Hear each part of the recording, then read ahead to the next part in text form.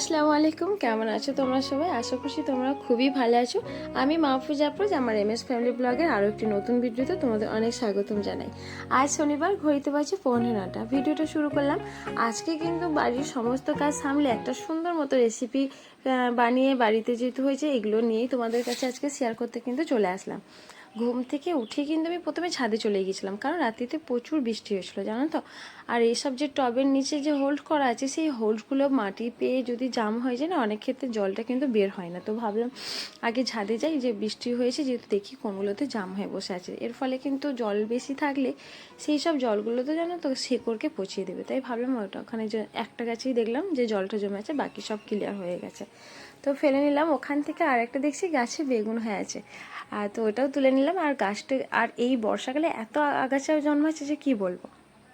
কিছু আমি আগাছা ক্লিন করে নিলাম, তারপর নেমে এসেছিলাম কিন্তু ব্যালকনি জানলা, যে বাড়া জানলা, ওখানে এইসব নয়নতারা গাছগুলো না প্রচুর ঝুলে যাচ্ছে। আর এই আগাছাটা নাকি খুবই উপকার, যেটা আমি ইউটিউব থেকে দেখেছি, তো আমিও রেখে দিয়েছি, জানো তো। আর সব গাছেতে মানে এত বর্ষার জল পেয়ে মানে ফুল ফুটেছে, খুব ভালো লাগছে। সব কিছু মানে গাছের সব কিছু দেখাশোনা করার পর নিচে নেমে আসলাম। আজকে সবার বায়না যে আজকে চিকেন খিচুড়ি খাবে, তো এক এক করে আমি নিয়েছিলাম আলু, তারপরে চিকেন, ডাল, চাল সব রকম নিয়ে, কিন্তু প্রথমে আমি আলুটাকে ভেজে নিলাম, খুব ভালো করে ভেজে নিলাম। তারপরে ওই কড়াতেই কিন্তু চিকেনটা মানে ভেজে নিলাম নুন আর হলুদ দিয়ে। তার উপরে কিন্তু ডালটাও ভেজে নিলাম। ডালটা ভেজে নিলে একটু বেশ সুন্দর হয়। শুধু অনলি হলুদ দিয়ে ভেজে নিলাম। আর এই যে দেখতে পাচ্ছ না, জানো তো বড় মতো হাঁড়িতে আমি রান্না করছি, কারণ আমাদের অনেকটা বড় ফ্যামিলি, সবাইকে দিয়ে খেতে হয়। আর আমি তারপর এক এক করে মেটেরিয়ালগুলো দিয়ে নিলাম। তেজপাতা, পেঁয়াজ, রসুন, আদা রসুন দিয়ে নিলাম। মানে মশলাগুলো হালকা হালকা করে কষিয়ে নিয়ে তারপর চিকেন আর হচ্ছে এদিকে আলুটাও ঢেলে দেবো। ওটা একটু কষা নাড়ার পর না, তারপরে একটু পরে কিন্তু আমি ডালটা আর চালটা একসাথে ঢেলে নিয়ে একটু চাপা দিয়ে দিয়ে কষিয়ে নেব, ঠিক আছে। কষিয়ে নিলে জিনিসটা কি জানো তো, একটু টেস্ট হয়, ভালো হয়। আর এই যে পিচিটা দেখছো, এক্সট্রা যে মানে চালটা ছিল সেটা ভালো করে মুছে একটা একটা করে দিয়ে নিয়েছে। আর তারপরে কিন্তু জল দেওয়ার আগে আমি একটু হালকা ঘি দিয়ে নিলাম। ঘি দিলে পরে জিনিসটা অনেকটা মানে সুস্বাদু প্লাস মানে একটা স্মেল বেরোয়, মানে ভালো একটা স্মেল বার হয়। আর মাঝে মাঝে কিন্তু আমি এটা নাড়াতে আসছিলাম, কারণ নিচে অনেক ক্ষেত্রে ধরে যায় খিচুড়িটা কিন্তু বারে বারে নাড়ালে নিচে আর ধরে না। তারপরেই চলে আসলো কিন্তু আমার পার্সেল। তো পার্সেল নিয়ে চলে আসলাম, দেখছি পার্সেল নিয়ে আসার পর তো আবার খাওয়ার টাইম হয়ে গেছে। আর কারোর তো দশ হয় না, ভালো জিনিস হয়েছে মানে তাড়াতাড়ি খেয়ে নিতে হবে। জলদি গোসল করে নিয়ে খাওয়া কমপ্লিট হওয়ার পর বাইরের ভিউজটা এতটা সুন্দর লাগছিলো বন্ধুরা, কি বলবো।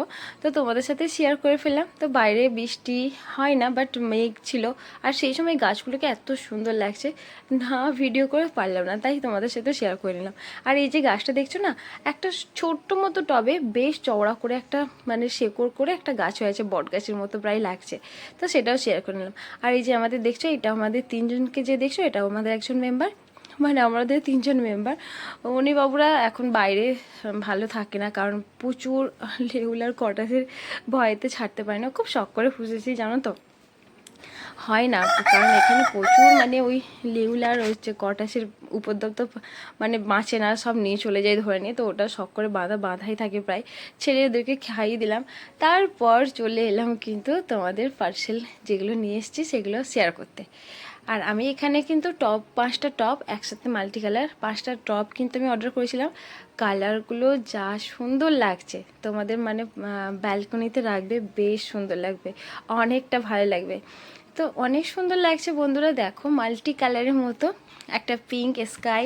তো এত ভালো লাগছে জিনিসগুলো, আমি যখন বার করছি পার্সেল থেকে নিজেই ভালো মানে একটা অবাক হয়ে গেছি, যে কালারগুলো মানে খুব ব্রাইট প্লাস ডিপ কালার, তো মানে নজর কাড়ার মতো কালার। আর মানে কোয়ালিটিটা মানে অসাধারণ একটা কোয়ালিটি, খুব সুন্দর কোয়ালিটি। আচ্ছা, কিছু কমেন্ট পড়ে নিই। তনু মানু ব্লগ দিদি বলেছো, খুব ভালো লাগলো আপু, পুরো ভিডিও জুড়ে ছিলাম ইনশাল্লাহ। শুক্রিয়া বাবু দেখার জন্য। তারপরে আলিয়ন্স সংস বলেছে, আপু রেসিপিটা দারুণ হয়েছে, আরও ভালো দেখতে চাই, আরও ভালো, ওকে আরও চেষ্টা করো ভালো দেখার জন্য। সুমি আক্তার আপু বলেছে, অনেক ভালোবাসা দিয়ে পুরো ভিডিওটা দেখলাম, খুব সুন্দর ভিডিও, এইভাবে এগিয়ে যাও। Thank you so much. আয়সা কুকিং বলেছো, ভালোবাসা দিয়ে দেখে নিলাম, থ্যাংক ইউ সো মাচ। আর হচ্ছে সিম্পল হাউস ওয়াইফ বলেছো, পাশে আছে এগিয়ে যাও, থ্যাংক ইউ।